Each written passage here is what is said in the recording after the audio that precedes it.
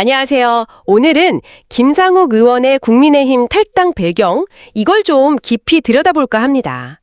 저희가 받은 관련 기사들하고 나무위키 자료 같은 걸 보면서요, 김 의원이 왜 이런 결정을 내렸을지 그 핵심 이유를 한번 파헤쳐보죠. 네, 김상욱 의원 2025년 5월 8일에 국민의힘을 나왔죠. 보내주신 자료들을 쭉 보니까 이 탈당 선언이나 그동안의 행보를 통해서 이분의 정치적 입장, 또 고민 같은 게 짚이 느껴지더라고요. 그렇죠. 특히 그 참민주 보수라는 말, 이게 뭘까 좀 생각해보게 되는 것 같아요. 네, 그 부분. 일단 그럼 김 의원이 탈당을 마음먹게 된 그 결정적인 계기들, 그거부터 좀 짚어볼까요? 자료들을 보니까 역시 그 12.3 비상계엄 사태, 그리고 또 윤석열 전 대통령 탄핵 과정, 이게 큰 분기점이었던 것 같아요. 맞습니다. 김 의원이 원래 변호사 출신이잖아요. 네, 그렇죠. 22대 총선 때 그 국민추천제 통해서 울산 남구갑에서 당선된 초선 의원이고요.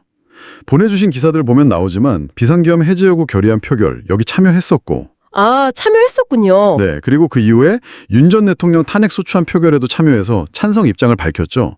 이게 당시 국민의힘 당론하고는 완전히 다른 길이었거든요. 맞아요. 특히 그 탄핵 표결 때 행보가 되게 주목받았잖아요.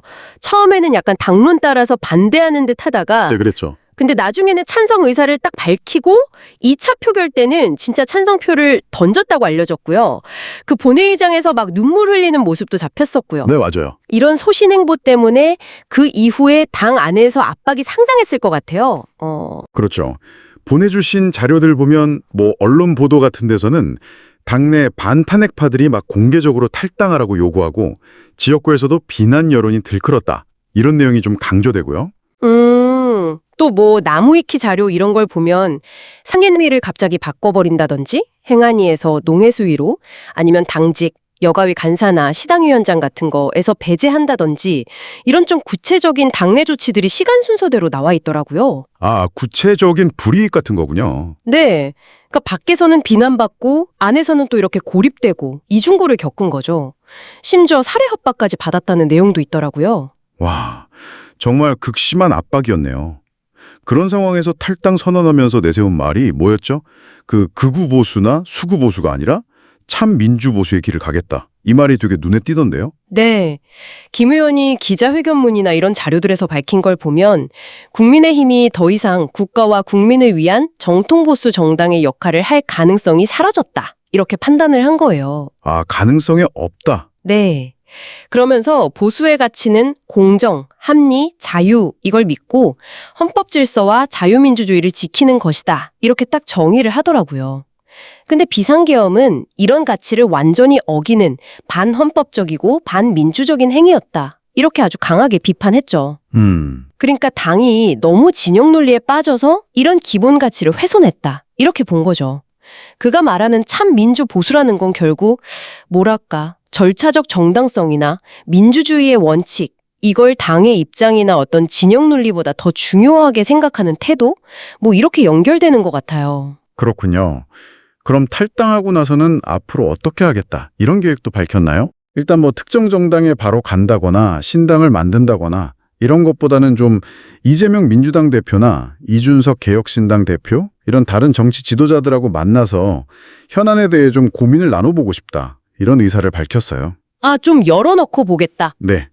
국민한테 진짜 도움이 되는 길이 뭔지 그걸 기준으로 결정하겠다. 약간 이런 원론적인 입장이죠. 어떻게 보면 그냥 한 정치인이 당을 옮기는 문제를 넘어서는 이야기인 것 같네요. 맞아요. 보내주신 자료들을 보면 이게 지금 한국 보수 정치가 어떤 정체성을 가져야 하는지 또 어떤 방향으로 가야 하는지 이런 좀 근본적인 질문을 던지고 있다는 걸 알 수 있어요. 그렇네요. 김 의원이 말하는 그 참 민주 보수 이게 구체적으로 어떤 정책이나 비전으로 나타날지 그리고 또 기존 정당 구조 밖에서 혼자 힘으로 어떤 정치 세력을 만들 수 있을지 이런 것들이 앞으로 좀 지켜봐야 할 중요한 포인트 같습니다. 네. 그럼 정리해보면 김상욱 의원의 탈당은 결국 비상계엄과 탄핵이라는 큰 사건들을 겪으면서 당이 가는 길과 자신의 정치적 신념 사이에 이건 도저히 같이 갈 수 없구나 이런 간격을 확인한 결과다 이렇게 볼 수 있겠네요. 그렇죠. 국민의힘이 더 이상 자기가 생각하는 진짜 보수의 가치를 담아낼 수 없다. 이런 판단 끝에 내린 결정의 셈이고요. 네, 맞습니다. 헌법 가치나 민주주의 원칙, 이런 신념을 어떤 조직 논리보다 앞에 둔 결과라고 해석할 수 있겠죠.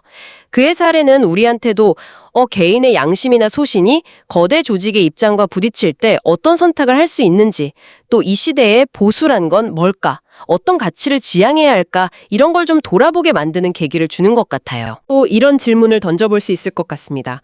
김상욱 의원이 이루고 싶어하는 참 민주 보수의 구체적인 모습은 과연 어떤 걸까요? 그리고 정말 그가 기존 정치 지형 안에서 그 가치를 실현할 자신만의 공간을 성공적으로 만들어 나갈 수 있을까요? 이 질문에 대해 한번 각자 답을 찾아보는 것도 흥미로울 것 같습니다.